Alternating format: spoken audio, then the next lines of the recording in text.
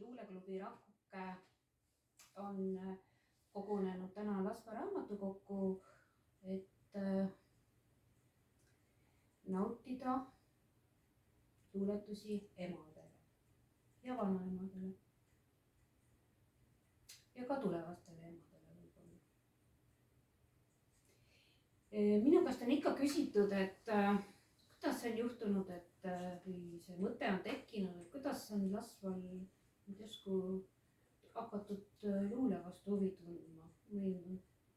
Ja see juhtus kord nii, et toonane Lasva vallavanem Juris Johansoo ühes vestluse käigus ütles, et luulet võiks ju kuulata küll, aga ainult siis, kui seda loeb Rain Oha. Mina rääkisin Rainiga, kes on minu ringikaaslane, ja Rain ütles, et aga teeme ära.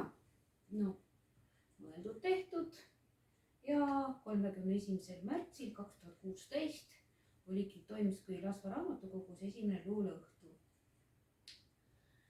Ja nii me oleme siis käinud siin koos tavapäraselt septembrist aprillini, kuu viimasel neljapäeval. Erandiks on muidugi suvi, kui me saame kokku augusti esimesel nädalal, aga siis mitte raamatukogus, vaid kas siis vabas looduses või siis vabas looduses ja luulesõbra aias järve ääres. Aga möödunud aasta olime me lausa ühe luulesõbra Krista Puguris, mis oli teatud mõttes väga eeliskummaline ja huvitav. Luuleõhtud need teemad tavaliselt teen mina, pakun välja ideed ja üks omapärane ja huvitav meeldejääv üritus oli, kui me lugesime koos Kalevipoega. Peale luuleõhtutel oleme me ise nii esinejateks kui kuulajateks, aga meil on õnnestunud kuulata ka professionaalsemaid luuletajaid. Meil on külas käinud esinemas Jan Rahman koos tütre Heboga, Riin Soomets koos muusik Tiit Borniga, siis on käinud meil Kalju Kruusa, Veronika Kivisilla ja ka Võrumaa oma tagasihoidlik luuletaja, kes küll kirjutab rohkem endale, Anneli Kaarna, mis oli meile väga, väga emotsionaalseks kohtumiseks. Kui nüüd siis praegu koroona ajal oleme pidanud natuke luulest eemal olema, eks igaüks on kodus siis nautinud seda või lugenud endale meelepärast, aga meil plaanides on, kui viirus võimaldab, augustis teha luuleõhtu Võgandu jõe ääres ja siis on teemaks korsets ja kala. Nii et ootan ka teisi huvilisi meid nautima neid luuleõhtuid, et ise ei pea esinema, võib ka tulla ainult kuulama. Ja täna siis emadepäeva luulet loevad Piret, Rain ja Krista.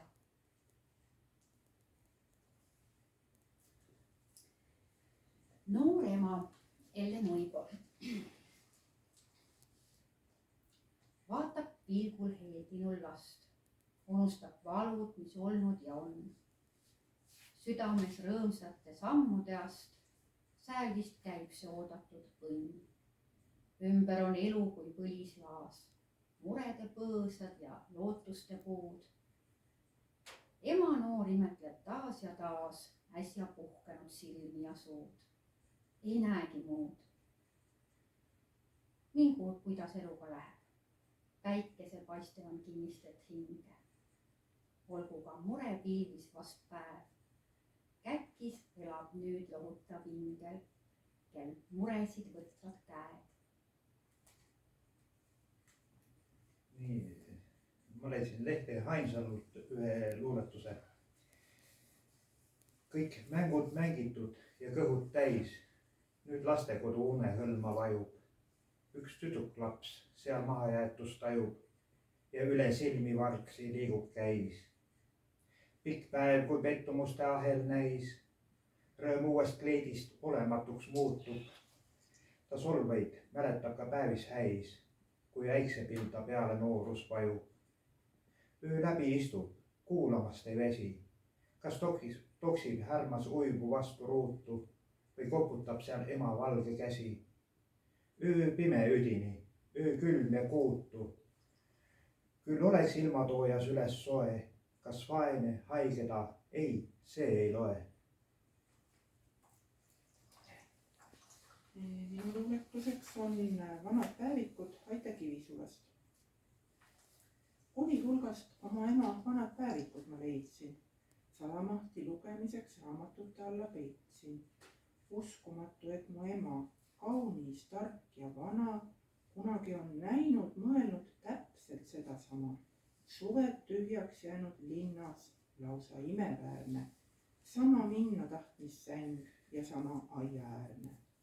See, kui mõni tüdruk on su saladused reetnud, mitu pikka õhtut oled üksi kodus veetnud. Kõik, mis emal siin on kirjas, kõik ma tunnen ära. Ka need nutud, mis ta nuttis naabripoisi pärast.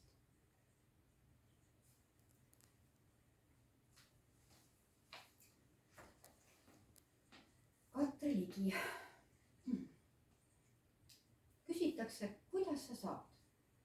Niimoodi sa saadki. Tõused, paned roosad prillid ette, lapsele kuivad mähkid ja kirju puuekese. Lased ta põrandale asjatama, keedad putru ja kohvi, aitad veel mõne riidesse, suuremad saavad ise. Sööte, panete väikese magama, teete koolitööd, siis lähete tööle ja kooli ja õue ja poodi, tulete tagasi. Nii on õhtuni, anda süüa, mähkida, nina ja põrandat pühkida, oodata koolist koju, vahepeal loed, mida juhtub. Siis on aeg nad magama panna, jäävad veel päevased mähkmed ja õhtused nõud, mida siit pidada tööks. Sa oled ju vaba. Jah, aga nüüd Hando Runnelilt. Ja kõige huvitavam, ma leidsin selle luuletuse on tegelikult viisistanud ka Urmas Alender, Igavene naine. See elatanud ilus naine mu käte peale kallas vett, siis murdis saia, lõikas leiba ning andis kärjetäie mett.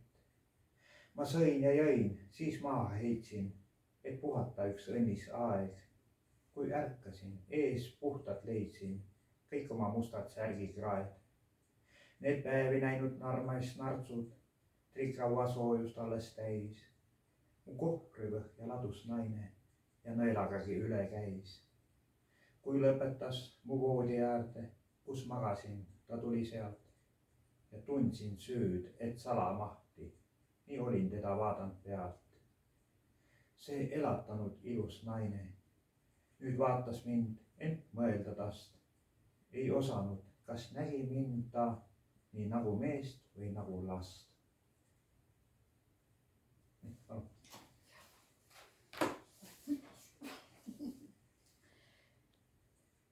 Ja viimane kohe on Linda Roodi kirjutatud. Oma emast ei ole mul laulu. Tegin värsse küll sinavast kaugusest, küll ka kevade rännukihust. Oma emast ei ole mul laulu, sest liiga vaesed on selleks mu pihud. Vahel rasketi kanda on õlgadel kõik need sõnad, mis sündinud pole. Aga nii on vist ikka, et võlglastel tänu lausuda lihtne ei ole. Oskan tänada leiva ja riide eest, kuid mis selle eest tänuks küll lausun, et ma lille ja looma ja inimest harjunud nägema südame kaudu. Et ma vahel ehk vaikinud liigagi, sõnu peljates puiseid ja suuri.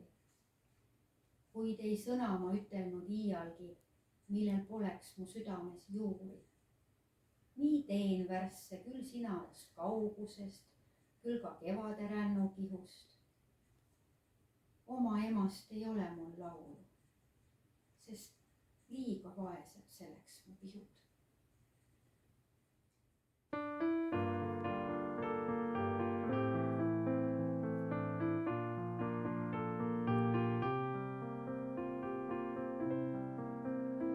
tegin värsse küll sina vast kaugusest, küll ka kevade rännu kihust. Oma emast ei ole mul laulu, sest liiga vaesed on selleks mu pihud.